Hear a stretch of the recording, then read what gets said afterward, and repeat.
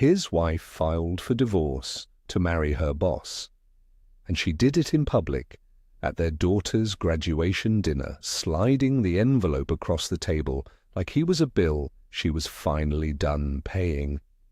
What she did not know, what her boss did not know, what her mother sitting at that same table did not know, was that the quiet man who picked up that envelope, placed it in his jacket pocket, and ordered his daughter dessert without missing a beat, owned the firm they both worked for. Every floor of it, every dollar under management, every employment contract with both of their names on it. He had owned it for 8 years. He had sat across from that man at charity galas. He had funded that woman's MBA. He had watched his name get erased from every room he paid for, and he had said nothing because he did not need to say anything yet. But the moment she handed him those papers, the clock started. And when a man who has been patient for 9 years finally decides he is done being patient, the people who mistook his silence for weakness do not see it coming until it is already over. So here is the question. What do you do when you discover the person who humiliated you has been unknowingly working for you the entire time? If this is your first time here, welcome. Hit that subscribe button and turn on notifications, because we tell stories on this channel that you will not find anywhere else. And if you have been here before, you already know what we do. Drop a like on this video right now. It takes 1 second and it helps more than you know. And before we go any further, where are you watching from today? Drop your city in the comments. We want to know where our people are. Now let me take you back to where this all started, to a Saturday evening in Atlanta, a restaurant with white tablecloths and low lighting, a graduation dinner that was supposed to be about a little girl's achievement, and one envelope that the wrong person was far too confident about handing over. The restaurant sat at the edge of the Chattahoochee, and on a Saturday evening in April, with the dogwoods still holding their bloom and the river catching the last of the light, it was the kind of place that made people feel important just by being inside it. Canoe had that effect. White tablecloths, low candles, servers who remembered your name from the last visit. The private dining room in the back, the one with the original millwork and the view of the water, had been renovated 3 years prior through a private donation. The donor's name was not on the wall. Raymond had specified that himself. He arrived at 7:15, 5 minutes before the reservation. The maitre d' led him through the main room toward the private dining corridor, and Raymond could hear the laughter before he reached the door. Not Zoe's laughter. The other kind, the performed, high-ceilinged laughter of people who wanted the room to know they were having a good time. He straightened his jacket, the same charcoal sport coat he'd worn to Zoe's winter recital, and pushed open the door. Victor Ashby was already seated at the head of the table. Not beside Denise, not in the middle. At the head, in the chair that faced the door, in the chair that a man sits in when he has decided this is his room. He was 52 and looked it in the way that expensive tailoring tries to hide. Thick through the shoulders, silver at the temples, the kind of tan that came from golf courses and not yard work. He was mid-sentence when Raymond entered, gesturing with a bread roll to make some point about the fourth quarter. And he did not stop when Raymond walked in. Denise looked up. Something moved across her face. Not guilt, exactly. More like the micro-adjustment of a woman recalibrating a plan. She smiled with her mouth and said, "Raymond, you made it," and then turned back to whatever Victor had been saying. She did not introduce him. Gloria sat to Victor's left in a cream blazer Raymond had never seen before, her reading glasses pushed up into her silver-streaked hair, nodding along to Victor's story with the reverence she normally reserved for the pastor's sermon. She glanced at Raymond, offered a small, closed-mouth smile, and looked away. Terence sat across from her, already on what appeared to be his second glass of red, dressed in a suit that was slightly too sharp for the occasion, in the way that men dress when they want to be taken seriously at someone else's celebration. Zoe was at the far end of the table in a yellow dress, her graduation program still in her hand, watching her father walk to the only empty chair with the careful eyes of a 13-year-old who understood more than anyone in that room had bothered to consider. Raymond sat down, unfolded his napkin, and asked her how the ceremony had gone. She told him everything: the processional song, the speech from the 8th grade valedictorian, the moment her name was called and she walked across the stage. He listened to all of it. He asked follow-up questions. He ordered her a sparkling water with lemon because she thought it felt fancy, and she laughed at that, and for a few minutes the table had a different temperature. Then Gloria turned the conversation back to Victor. She asked about the firm's expansion into the Southeast municipal bond market, and Victor explained it with the patience of a man accustomed to explaining things to people he considered beneath him but found useful to impress. He talked about Ashby Strand's 49th floor conference room, about the pending Atlanta Business Chronicle profile, about the 5-year contract renewal his board had just approved. He used the word legacy twice in 4 minutes. Gloria received every word like scripture. Terence leaned across the table at some point during the appetizers and said, in the tone he always used for Raymond, warm on the surface, blade underneath, "Raymond, how's the quiet little investment hobby coming along? Still managing to keep busy?" He smiled when he said it. Victor smiled too, the smile of a man who had not been told the joke, but understood he was meant to find it funny. Raymond looked at Terence for a moment. "Busy enough," he said, and returned to his food. The entrees came. The conversation moved around Raymond the way water moves around something fixed in a river. Victor held the table. Denise managed the room. Gloria affirmed everything. Terence performed, and Raymond ate his salmon, listened, and watched Zoe try to follow a conversation that kept drifting away from her. It was between the entrees and dessert when Denise reached into her bag. She did it without announcement, without a change in her expression.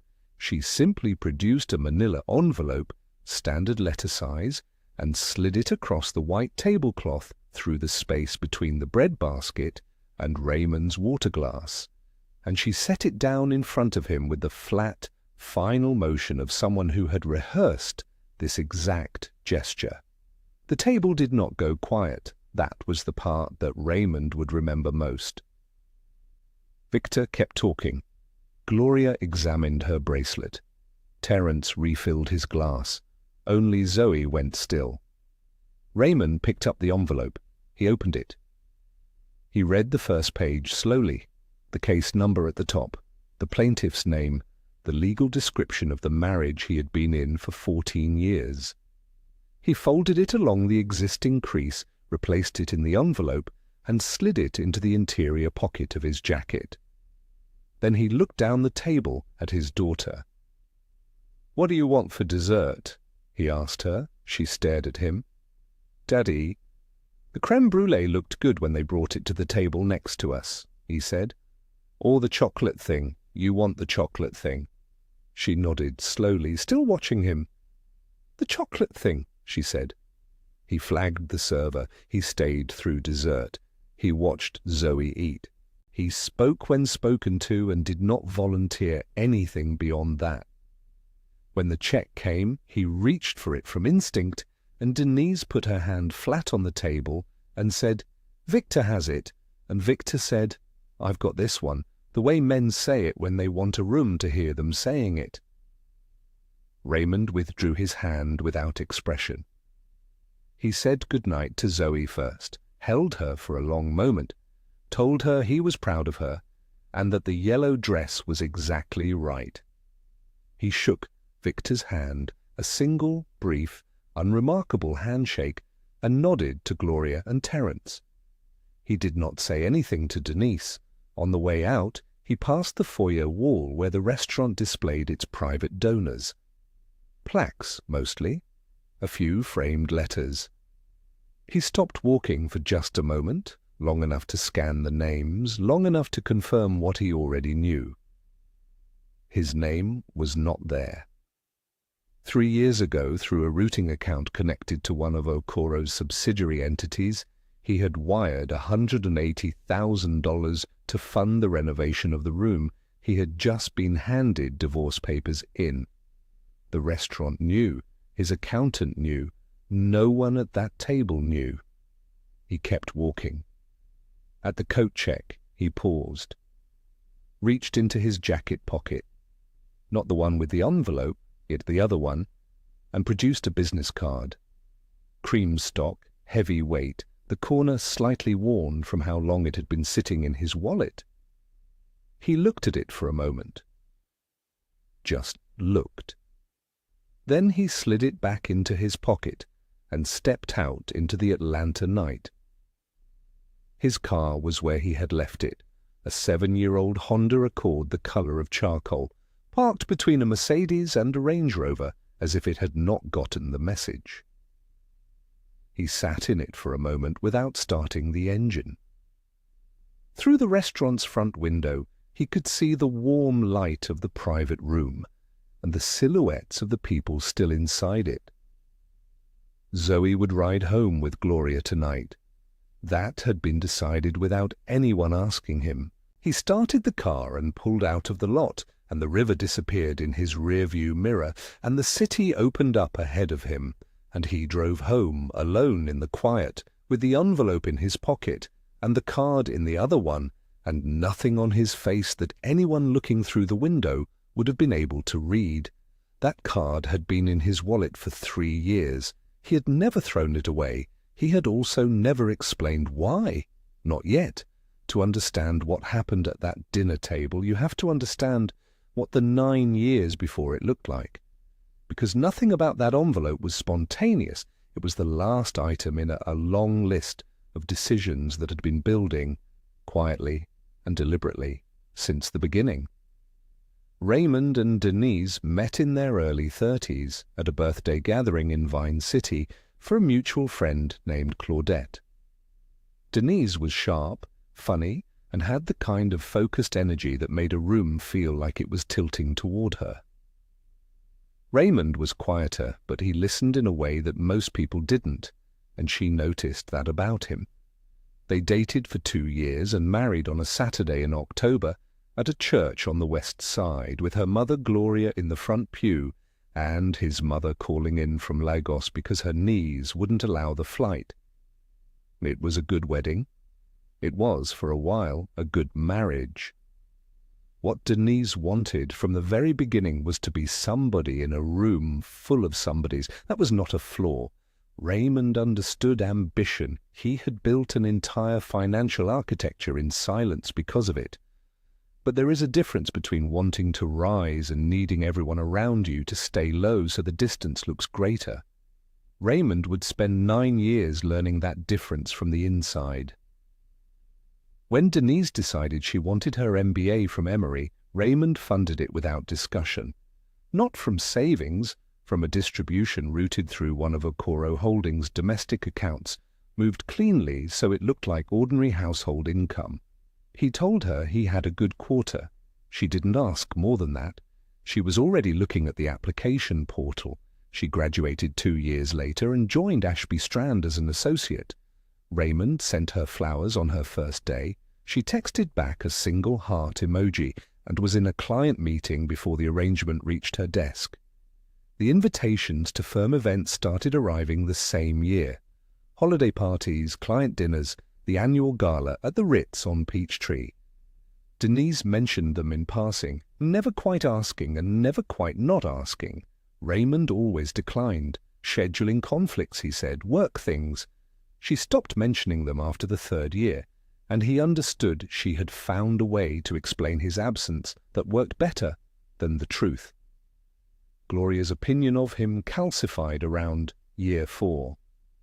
It happened gradually, and then all at once, the way erosion works. First, it was small comments at Sunday dinners. "Denise, baby, you need a man who shows up," delivered, while looking at the centerpiece. Then it was the Easter comparison, the one Raymond heard from the hallway while carrying the deviled eggs from the kitchen. Gloria was telling Denise's cousin about a colleague of Denise's who had just bought a house in Buckhead. The husband was in finance too. They had a boat. They travelled to Portugal. "Now that's a partnership," Gloria had said. Raymond had walked back into the dining room and set down the eggs and said grace when asked, and nobody at that table knew that the man with the paper plates and the second-hand serving spoon had more money structured in Cayman trusts than Gloria's Buckhead example would earn in 4 lifetimes. He didn't say that. He never said that. Terence came to him twice for money. The first time was $43,000 to cover a gap in a real estate investment that had gone sideways. Raymond wrote the check without a lecture, without conditions, without interest. Terence paid it back in compliments at the next family gathering, and nothing else. The second time was $21,000 for a legal matter Terence described as a misunderstanding with a business partner. Raymond transferred the funds on a Thursday. The following Sunday, Terence sat across from him at Gloria's dinner table and made a joke about Raymond's accord that got a laugh from the cousins. Raymond smiled and passed the biscuits. The promotion to senior vice president came in Denise's 7th year at the firm. Raymond found out from the announcement email she sent to her contact list. He was on it, buried somewhere between her Emory classmates and her dry cleaner. She thanked her mentor, her team, and Victor Ashby specifically, whom she described as a visionary leader who had seen her potential from her first year at the firm. Raymond read the email twice, then sent flowers to her office. She sent back a thumbs-up emoji this time. That was when Victor started appearing at the edges of family life. First, it was Zoe's school fundraiser, a fall carnival at the elementary school where someone Raymond didn't recognize arrived with Denise and stood too close to her while they watched Zoe throw beanbags at painted cans. Then the church anniversary gala on Auburn Avenue, where Gloria introduced Victor to the pastor's wife with a warmth she had never directed at Raymond in 9 years of Sundays. Victor came to these things the way a man comes to places he has decided already belong to him. Raymond watched all of it. He watched it from the same stillness he had always occupied. Quiet, patient, present. He watched Terence laugh at Victor's jokes. He watched Gloria refill Victor's sweet tea before Raymond's glass was empty. He watched Denise move through those rooms like a woman who had already made a decision and was simply waiting for the calendar to catch up. He came home on the night of the gala, climbed the stairs, and sat down at his desk. The home office was small, deliberately so. A desk, a chair, a locked filing cabinet, and a shelf with folders that had no labels visible from the door. The files were organized by entity name. The largest folder, the one at the far left of the second shelf, bore a tab that read simply Okoro Family Holdings. Raymond looked at it for a long moment. Then he turned off the lamp and went to bed, and said nothing to anyone about any of it. The patience was real. What no one in that house understood was where it came from. While Raymond sat alone with his files and his silence, 12 miles away in the glass tower on Peachtree Street, Victor Ashby was having the best month of his professional life. The building was 38 stories of steel and tinted glass, and Victor's name was on the side of it in letters 4 feet tall, Ashby Strand Capital Management. He had stood on the sidewalk more than once and just looked up at it, the way a man does when he needs to remind himself that something is real. It was real. The Bloomberg terminal on his desk was real. The 2 executive assistants outside his door were real. The pending profile in the Atlanta Business Chronicle, the one with the working headline, Building a Legacy, was real. Everything about Victor Ashby's life, as far as Victor Ashby was concerned, was the product of Victor Ashby's vision. That was the central fiction of the man. Victor had not built Ashby Strand from nothing. He had been handed a company in distress, rescued by capital he did not personally possess, and then spent 8 years taking bows for the stability that rescue had bought him. He was gifted at the part of finance that happened in rooms, presentations, handshakes, the performative confidence that institutional clients mistook for competence. He hired talented people and took credit for their results. He fired people who pushed back and replaced them with people who didn't. He called it leadership. His board, all 5 of them appointed during years when the firm's governing documents gave him unusual latitude, called it the same thing. The contract renewal had been his idea from the start. His attorneys had drafted the package in February, $8.2 million annually in base compensation, a $3 million performance bonus structure, and a 5-year term that would carry him to the far side of 60 with his reputation sealed and his finances secured. The board committee reviewed it in a single afternoon session and approved it without a single revision. The internal announcement went out to senior staff 2 weeks later, framed as a celebration of the firm's stability and Victor's continued stewardship. There were congratulatory emails. There was champagne sent to his office from 2 of the board members. Victor accepted all of it with the practiced humility of a man who had never been humble a day in his life. The only remaining step was the countersignature from the controlling shareholder. A formality, his attorney had assured him. A procedural requirement that had sat dormant in the firm's charter for years, never exercised, never relevant. The controlling shareholder was some offshore entity, Okoro something, that had provided emergency capital back in 2016 and had been completely silent ever since. Victor had not thought about Okoro Family Holdings in at least 4 years. He had not thought to ask who exactly sat behind it. That was the size of his arrogance. Denise had been a fixture in Victor's orbit for the past 2 years, and by the spring of that year it was an open secret on the 37th floor. Human Resources had flagged the relationship in a memo 8 months prior, noting the reporting structure conflict and the potential liability. Victor had called the HR director into his office, thanked her for her diligence, and filed the memo in the bottom drawer of his credenza. The HR director had updated her resume that same afternoon. Denise, for her part, had made her own adjustments. She updated her emergency contact form at the firm in January, replacing Raymond's name with her mother Gloria's. She updated her HR profile in March, changing her marital status to single. She did these things quietly and without announcing them, the same way she had spent 9 years quietly removing Raymond from every professional surface he might have appeared on. It was a practiced habit by now, efficient, almost reflexive. One evening in late April, 2 weeks before the graduation dinner, Victor poured 2 glasses of bourbon in his office after the floor had emptied, and handed one to Denise. He had been in a generous mood. The contract announcement had landed well. The Business Chronicle photographer was coming Thursday.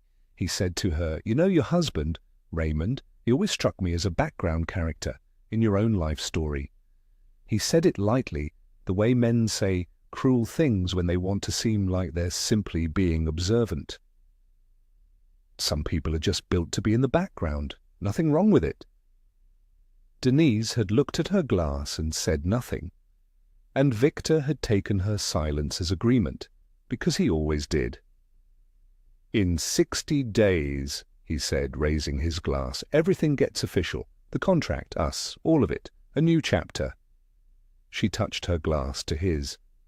The following Monday, Victor's attorney packaged the signed contract renewal documents and sent them by courier to Ashby Strand's registered agent on Marietta Street. The cover letter was 1 paragraph. It outlined the terms, referenced the board approval, and noted that the sole remaining requirement for the contract to take effect was the written authorization of the controlling shareholder, Okoro Family Holdings, per Section 7.4 of the firm's amended operating charter. The courier delivered the package at 11:15 in the morning. The registered agent logged it, time-stamped it, and filed it in the pending governance folder, where it would wait for a signature that Victor Ashby had never once considered might not come. He had never asked who owned Okoro Family Holdings. In 8 years the thought had not crossed his mind. Pacing begins to accelerate from this chapter forward. The slow burn is over. The offices of Carver and Nwaneri LLP occupied the 14th floor of a building on Piedmont Road in Buckhead, and they looked exactly like what they were, a firm that handled serious money for serious people and felt no need to advertise either fact. The furniture was dark wood and good leather. The artwork on the walls was original and understated. The receptionist spoke in a voice pitched just above a whisper, as if the whole floor operated at a frequency too refined for unnecessary noise. Raymond had been coming here for 11 years. Josephine Carver met him at the door to the conference room herself, the way she always did. She was 55, with close-cropped natural hair and reading glasses pushed up on her forehead, and she carried herself with the particular stillness of someone who had spent 3 decades in rooms where panic was expensive. She shook Raymond's hand, closed the door behind them, and set a legal pad on the table without preamble. They did not waste each other's time. That was the foundation of their working relationship, and it had never needed to be stated. Raymond placed the manila envelope on the table. The divorce filing, still in the envelope Denise's attorney had prepared. Josephine picked it up, scanned the first 3 pages, and set it down with the careful neutrality of a woman who had seen worse and would see worse again. She said, "Their attorney listed your total estate at approximately $340,000. She paused. "Modest investment income. That's the characterization." Raymond said nothing. Josephine opened the folder she had prepared and turned it to face him across the table. At the top of the first page were 4 words, Okoro Family Holdings. Overview. What followed was a summary Raymond already knew by heart, but seeing it laid flat on a conference table in the clear morning light of a Buckhead law office gave it a different weight. Okoro Family Holdings, Cayman registered, sole managing principal, Raymond Okafor. Controlling stake in Ashby Strand. Capital management, 79%. Total assets under management at the firm, $49,200 million, as of the most recent quarterly filing. Josephine walked him through the governance structure the way a surgeon explains an anatomy, precise, clinical, without drama. The operating charter gave the controlling shareholder final authority over all CEO appointments, all C-suite compensation packages, and the right to call for firm dissolution with 90 days' notice. These rights had been installed in 2016 as a condition of Raymond's emergency capital injection. Victor had signed the amended charter on page 31. His attorney at the time had reviewed it. Nobody had objected because at the time Ashby Strand was 18 days from collapse, and Raymond was the only person in the world willing to write the check. Section 7.4, Josephine said, tapping the page. No C-suite employment contract can be renewed or modified without written authorization from the controlling shareholder. That authorization must bear the managing principal's signature. She let that sentence sit in the air for a moment. Victor's renewal package requires your signature, she said. Without it, the contract is void on its face. His board committee cannot override it. His personal attorneys cannot override it. The clause is ironclad. Raymond looked at the page, then he looked up. "How many days," he said, "until the renewal window closes?" Josephine checked the timeline she had already prepared. 44. Raymond nodded slowly. He asked her to pull up the full holdings summary, not just the AUM figure, but the client relationship detail. She slid a second page across the table. 3 institutional relationships stood out in the margin notations: the Morehouse College Endowment, the Atlanta Municipal Employees Pension Fund, and the Georgia Teachers Retirement System. All 3 had been introduced to Ashby Strand personally by Raymond, through quiet conversations at the kind of events he attended and never mentioned. Combined assets under those 3 relationships, $6.8 billion. He studied that number for a long moment. Then he asked Josephine to pull the original distress capital agreement from 2016. She had it ready. She had known he would ask. She set it on the table, a document 43 pages long, the signatures visible on the final page even from across the table. Victor Ashby's signature was large and confident, the signature of a man who had signed in relief, in desperation, without reading every clause of what he was giving away. Raymond picked up the document and turned to page 31. He read it once, slowly. He found the paragraph that governed the controlling shareholders' rights. He found the line where Victor's pen had moved across the page and handed a stranger the keys to his own kingdom. He set the document down. He did not smile. He did not exhale dramatically. His face held the same expression it had held at the restaurant 3 days ago, when he had pocketed the divorce papers and ordered his daughter dessert. But something had shifted. Josephine watched him across the table. She had known Raymond Okafor for 11 years, and she understood what that stillness meant. It did not mean he was uncertain. It meant he was deciding exactly how much force to apply and where. He gathered the papers into a neat stack, aligned the edges, and set them in front of him. "Let's talk about what comes next," he said. The slow burn was over. Everything from this point forward would move fast, and it would move precisely. And by the time it was finished, not one person at that graduation dinner table would be left standing where they stood today. The plan took 1 week to build, and would take 1 Monday morning to detonate. Raymond came back to Carver and Nwaneri the following Tuesday with a legal pad of his own, something Josephine noted but did not comment on.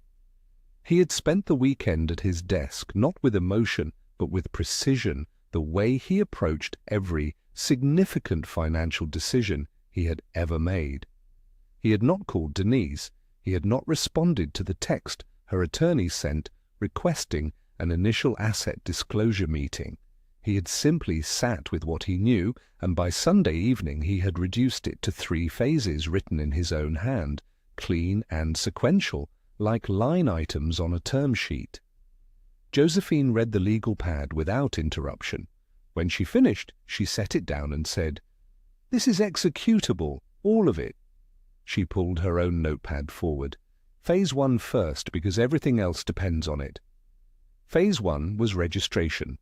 Okoro Family Holdings had been legally disclosed as the controlling shareholder of Ashby Strand through Cayman registry filings since 2016, but those filings lived in a jurisdiction that required effort to access and a trained eye to interpret. Raymond's name as the managing principal had never been formally registered with the SEC as a beneficial owner, because the thresholds and structures had been arranged carefully and legally to keep that layer of the architecture quiet. It was not hidden in any improper sense. It was simply not visible to someone who was not looking for it, and Victor had never looked. Phase 1 changed that. Josephine filed the beneficial ownership disclosure with the SEC on Wednesday morning. It was a standard form, the kind processed by clerks in a federal database without fanfare. Raymond Okafor, managing principal, Okoro Family Holdings, beneficial owner of 79% of Ashby Strand Capital Management, filed, time-stamped, entered into the public record. From that moment forward, anyone who searched the right database would find his name sitting at the top of the ownership structure like it had always been there. Because it had. Phase 2 was the governance notice. Josephine drafted it herself, in the precise formal language of a controlling shareholder, exercising rights under a signed operating charter.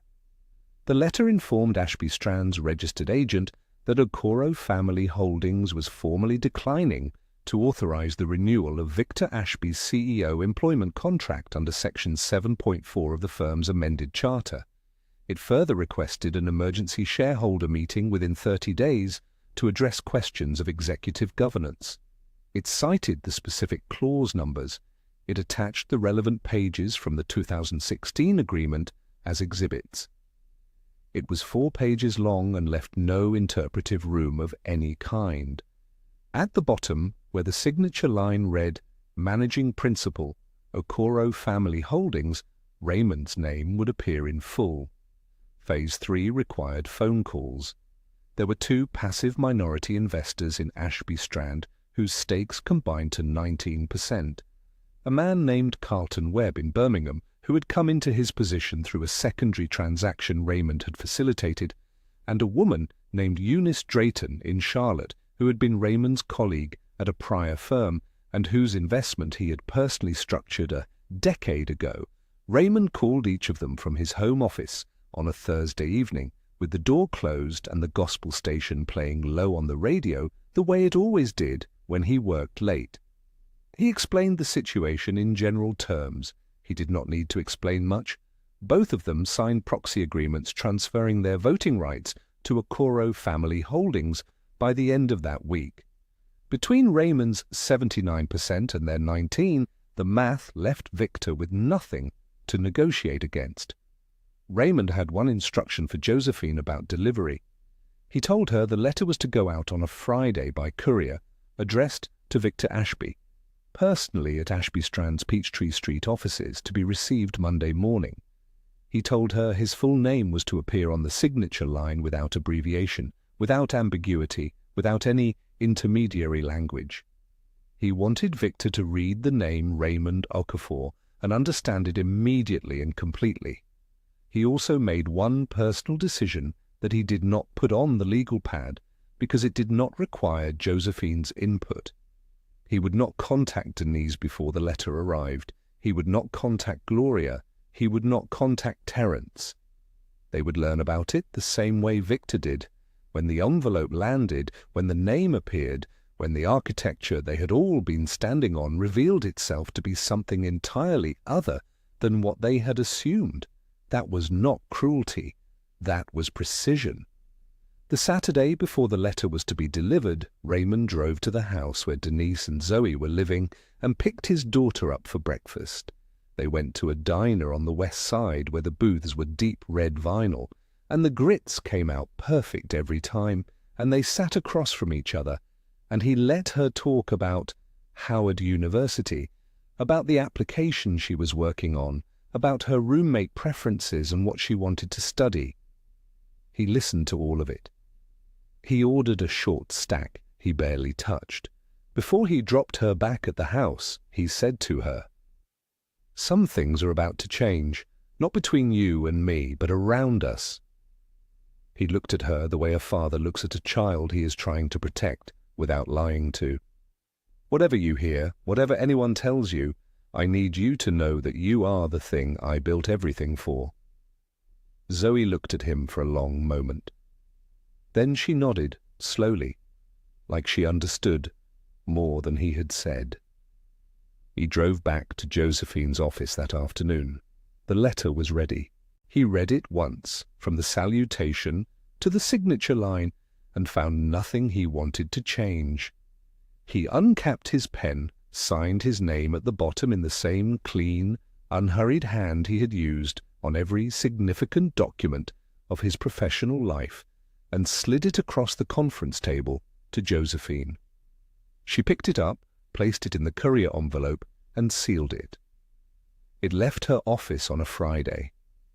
Victor Ashby would receive it Monday morning at 9 o'clock, and by the time he finished reading the first page, the world he had built on another man's foundation would begin to come apart at every seam. The courier delivered the envelope at 9 o'clock Monday morning. Victor's executive assistant signed for it, noted the return address, Carver and Nwaneri LLP, Buckhead, and brought it directly to his office. Victor was on a call when it arrived. He ended the call early, something he rarely did, because the name of the law firm was not one he recognized, and the label said personal and confidential in bold type directly beneath his name. He opened it. He read the first paragraph. He read it again. The letter was 4 pages. He made it through page 2 before he picked up the phone and called his personal attorney, a man named Douglas who had been handling his legal affairs for 9 years and who answered on the second ring. Victor read him the relevant paragraph. The one about Section 7.4, the one about Okoro Family Holdings exercising its governance rights, the one signed by someone named Raymond Okafor, managing principal. There was a pause on the line, then Douglas said he needed to pull the 2016 charter. Victor told him to pull it immediately. 40 minutes later, Douglas called back. The clause was ironclad, the language was unambiguous, without the controlling shareholder's written authorization. The contract renewal was void. His board committee had no override authority. There was no procedural workaround.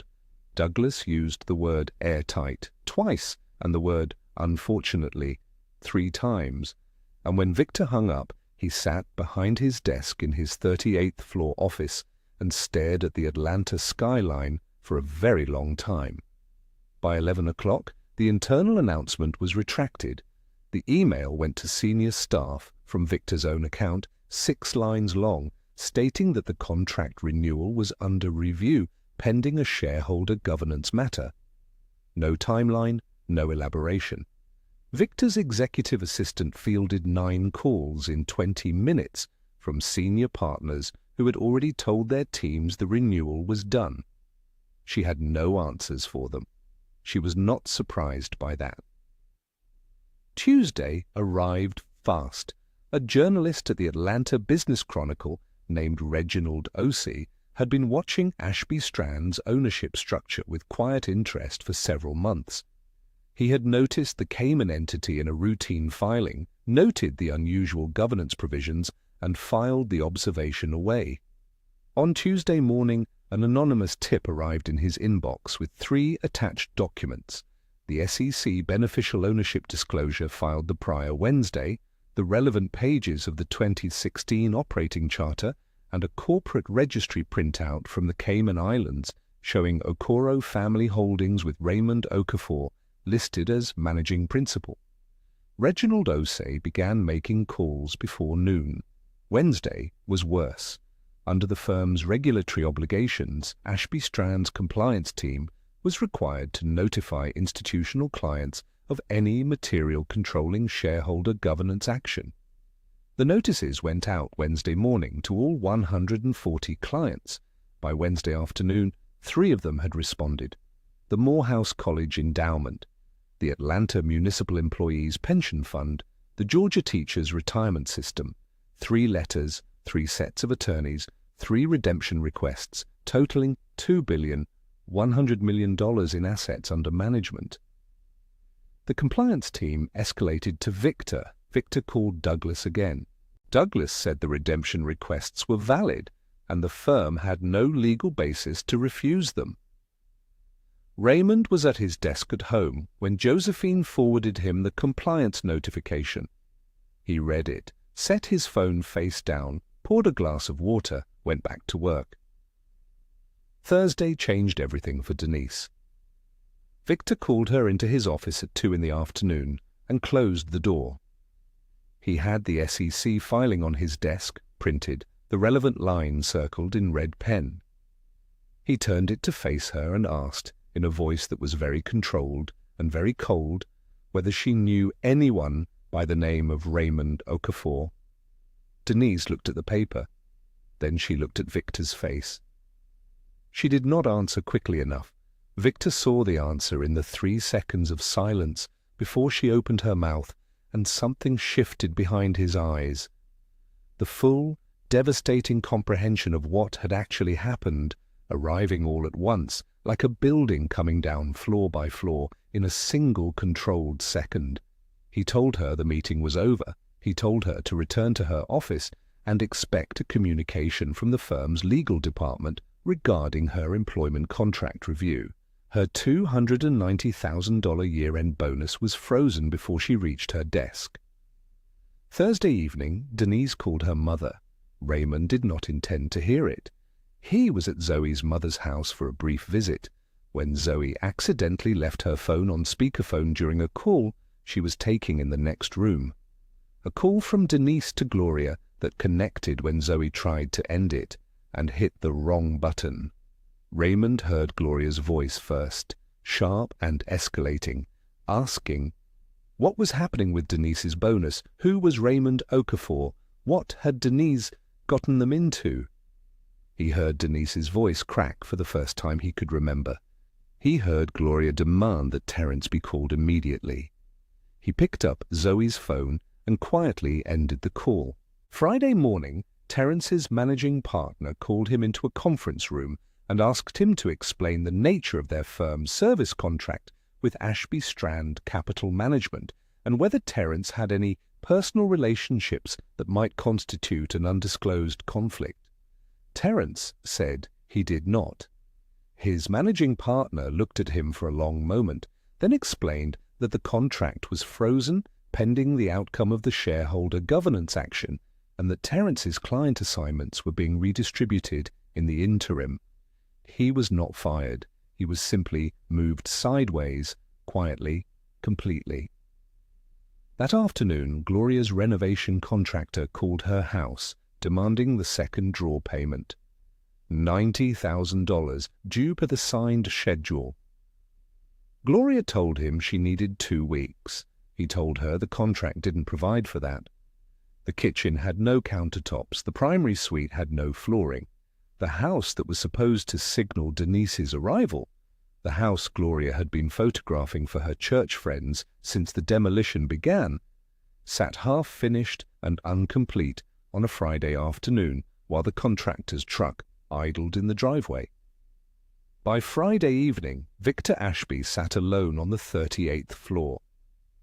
The building still had his name on the outside, but the name that mattered now, the name on the ownership documents, the name on the SEC filing, the name on the letter that had started all of this, was Raymond Okafor.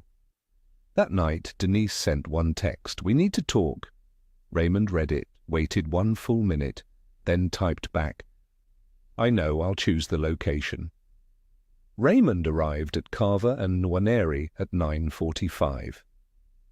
He chose the chair at the head of the conference table deliberately, not with drama, not with ceremony, but with the quiet intention of a man who understood that where you sit in a room communicates something before you ever open your mouth. Josephine took the chair to his right, a legal pad in front of her, and nothing else. She did not ask him how he was feeling. He would not have known how to answer that, and she knew it. They waited in silence, and the silence was comfortable, the way silence is between people who have worked together long enough to have no need to fill it. Denise arrived at 10 o'clock with her attorney, a compact man in a grey suit who set a briefcase on the table and opened it with the practiced efficiency of someone billing by the hour. Denise did not look at Raymond when she sat down. She looked at the table, then at the window, then finally, briefly, at him. And what Raymond saw in that glance was not the woman who had slid an envelope across a white tablecloth 2 weeks ago. What he saw was someone who had spent 7 days understanding piece by piece the full dimension of what she had done and to whom she had done it. Victor arrived 12 minutes late. He had not been invited. Raymond had not been surprised when Josephine texted to say he was in the lobby asking to be admitted. Raymond had said, "Let him come up." Victor walked in wearing a suit that cost more than most people's monthly rent and sat down across from Denise without being offered a seat. His attorney was not with him. That told Raymond everything he needed to know about how Victor's week had gone. Raymond let the silence hold for a long moment after everyone was seated. He let it fill the room. He let it do the work that other men would have tried to do with words. Then he began. He started in 2016. He described a firm that was 18 days from insolvency, a CEO who had exhausted every institutional lender he knew, and a phone call that had come through a mutual contact to a man named Raymond Okafor, who ran a private holding entity out of a Cayman-registered trust. He described the $34 million that had moved into Ashby Strand's operating accounts over 4 days. He described the amended charter that Victor's own attorney had reviewed, and that Victor had signed on page 31 without reading the governance provisions carefully enough to understand what he was giving away. Raymond produced the document from the folder in front of him and slid it across the table to Victor. Victor didn't pick it up. He stared at it like it was something that might burn him. Raymond continued. He described the years that followed, the quiet secondary purchases that had raised Okoro Family Holdings' stake from the initial majority position to 79%. He described every invitation to an Ashby Strand event that Denise had extended and he had declined, not because of scheduling conflicts, but because he could not walk into a firm he controlled without every person in the building eventually wondering why the owner's name appeared on no employee roster, no org chart, no holiday party guest list. He described the 3 institutional relationships he had personally introduced to the firm: the Morehouse Endowment, the Municipal Pension Fund, the Teachers' Retirement System, $6.8 billion of business that existed because of conversations Raymond had in rooms that Denise had never once thought to ask him about. He turned to Denise directly. He spoke without raising his voice. That was the part that would stay with everyone in that room longest. Not the information itself, but the absolute evenness with which he delivered it. He said that he remembered the promotion announcement email. He remembered reading the part where she thanked her mentor, her team, and Victor Ashby specifically. He said he had read it twice, sent her flowers, and filed the email in a folder he kept in his desk drawer. He said he remembered the Easter dinner where Gloria had described the colleague's husband with the boat in Buckhead, and the way no one had looked at him when the story was being told. He said he remembered Terence's joke at the graduation dinner, the one about the quiet little investment hobby, and the way Victor had smiled along with it like a man enjoying a joke about a house he did not know he was renting. He paused. Then he said, "You spent 9 years hiding my name at your office like it was something to be ashamed of. What you didn't know was that for 8 of those years, your office, the whole thing, all $49 billion of it, ran on my signature. Victor Ashby worked for me." He looked at Denise without blinking. "And so, Denise, did you?" The room was absolutely still. Victor spoke first. He said there had to be a way to discuss this, that there were structures, arrangements, that reasonable people could. Raymond held up one hand, a single, quiet gesture, and Victor stopped talking mid-sentence.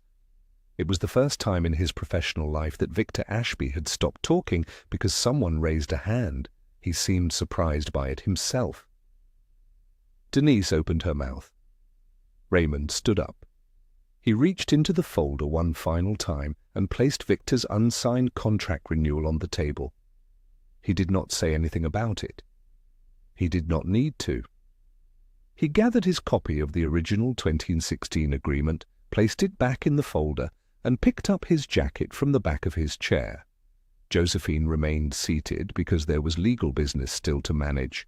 Raymond did not remain. He had said everything that needed to be said, in the order it needed to be said, at the volume it needed to be said, and there was nothing left in that room that required him.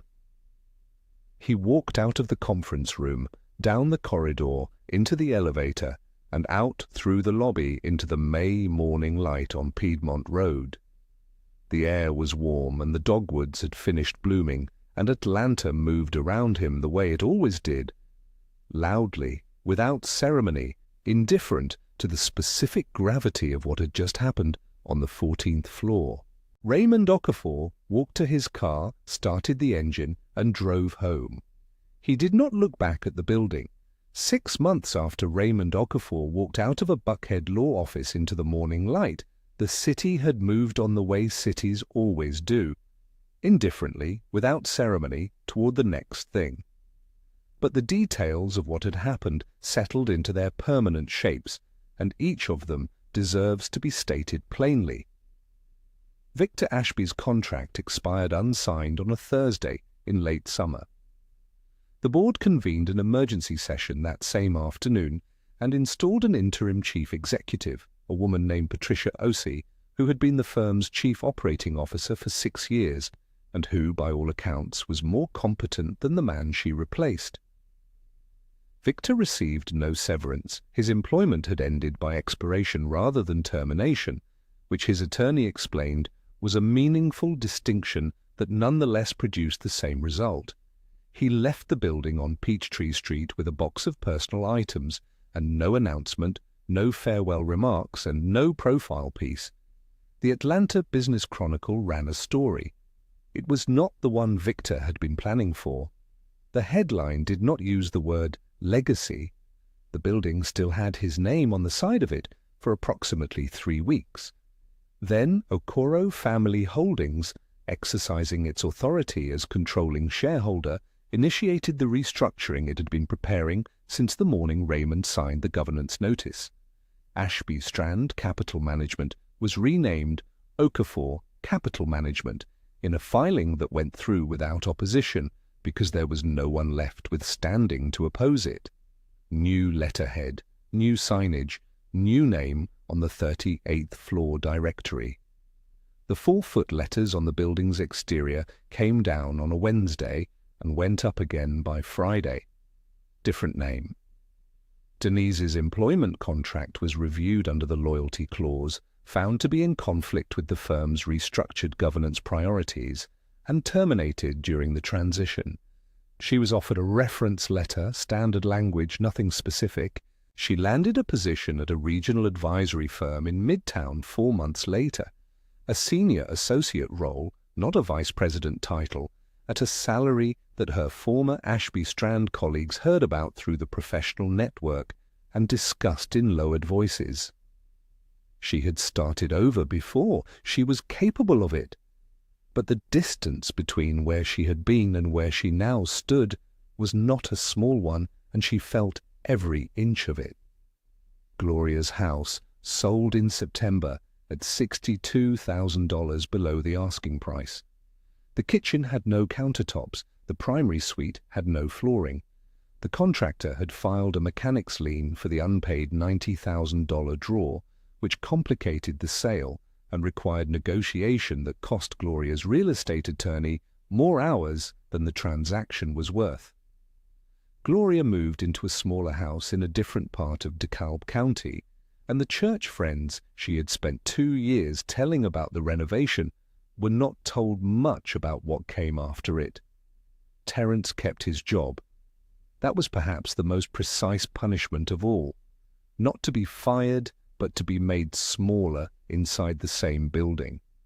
His compliance firm's Ashby Strand contract was not renewed under the new Okafor capital structure, which reduced his book of business by enough that his managing partner reassigned his most prestigious client relationships to a colleague who had been his junior.